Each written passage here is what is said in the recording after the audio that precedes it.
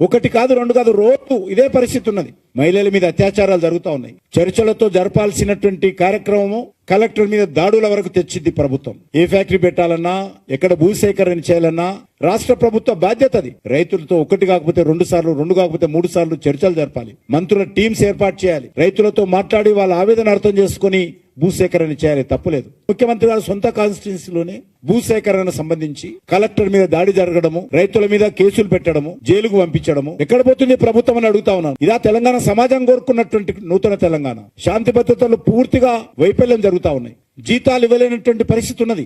ఏ contractor కూడా ఈ రోజు టెండర్ లో పాల్గొనే పరిస్థితి తెలంగాణలో లేదంటే తెలంగాణ ఆర్థిక వ్యవస్థ ఏ రకంగా దిగజారిందో అర్థం చేసుకోవచ్చు. అది చిన్న పని గాని పెద్ద పని గాని. అందుకే ఈ రోజు తెలంగాణలో అభివృద్ధి కార్యక్రమాలన్నీ కూడా కుంటుపడే పరిస్థితి వచ్చింది. అప్పులు దొరకని పరిస్థితి. తెలంగాణ రాష్ట్రానికి కేసీఆర్ పుణ్యమాని 8 లక్షల కోట్ల దోపిడీ జరిగితే అప్పు చేసి అన్ని వర్గాల ప్రజల మీద అప్పుల భారం మోపితే కాంగ్రెస్ పార్టీ అధికారంలోకి వచ్చిన తర్వాత ఈ ప్రభుత్వం కూడా అప్పుల ప్రభుత్వంగా మారిపోయింది. ఎవరిస్తారా అప్పులను ఎదురు చూడడమే తప్ప ఈరోజు ఏమీ చేయలేనటువంటి నిస్సహాయమైనటువంటి పరిస్థితుల్లో ఈరోజు తెలంగాణ ప్రభుత్వం, ముఖ్యమంత్రి రేవంత్ రెడ్డి గారు ఉన్నారు.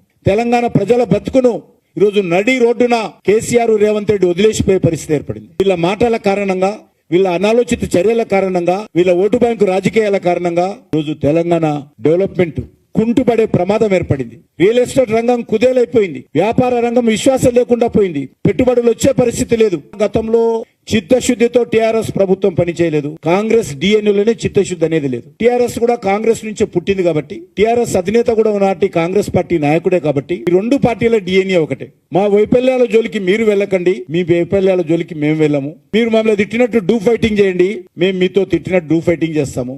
కేసీఆర్ కుటుంబాన్ని రేవంత్ రెడ్డి తిట్టినా, రాహుల్ గాంధీ కుటుంబాన్ని కేసీఆర్ తిట్టినా తెలంగాణకి ఏమీ ఒరగదనే విషయం ఈరోజు తెలంగాణ ప్రజలకు తెలుసు.